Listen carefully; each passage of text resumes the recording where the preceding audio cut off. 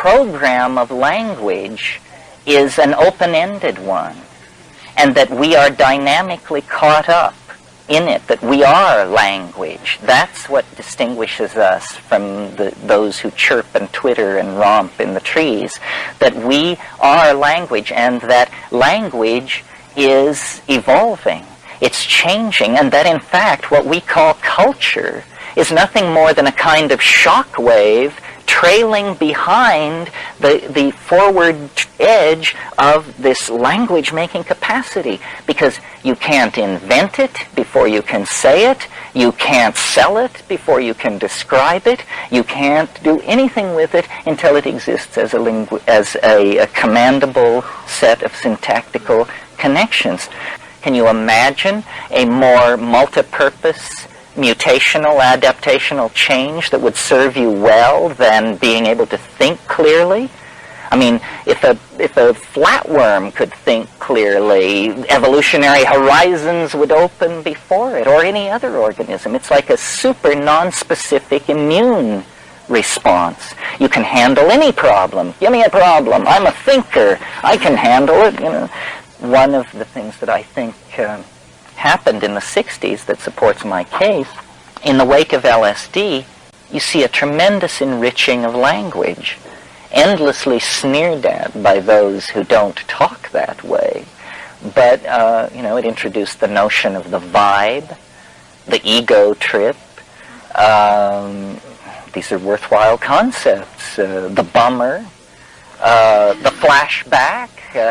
These are linguistic pearls that, crystallized out of that experience.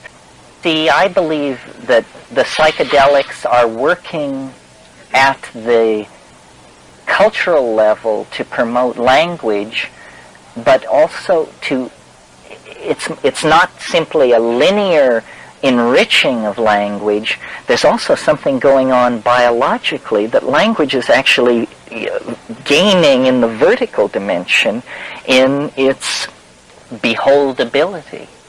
When you listen to my voice, if you understand what I'm saying, it's because my incoming words cause you to go to your dictionary and look them up one by one, and if your dictionary is pretty close to my dictionary, we will understand each other.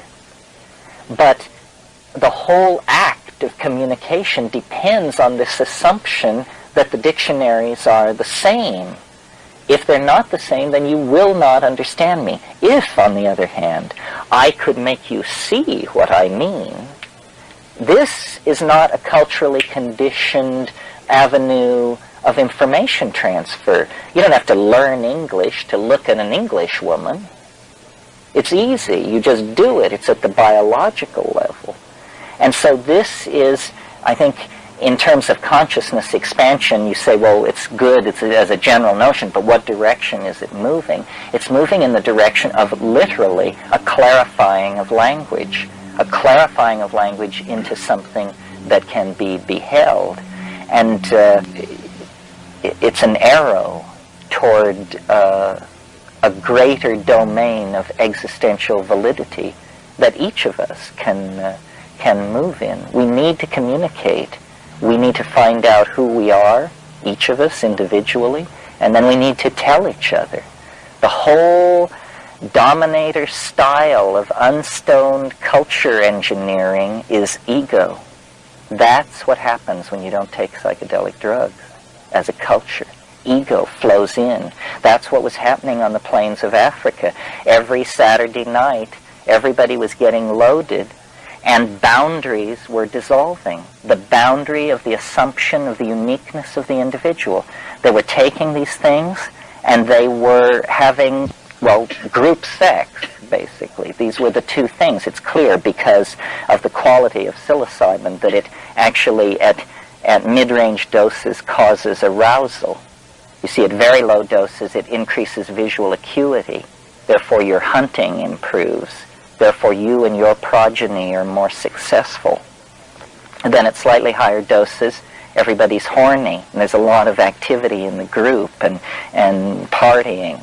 At higher doses, then that turns into religion, and you're just slammed to the floor of the cave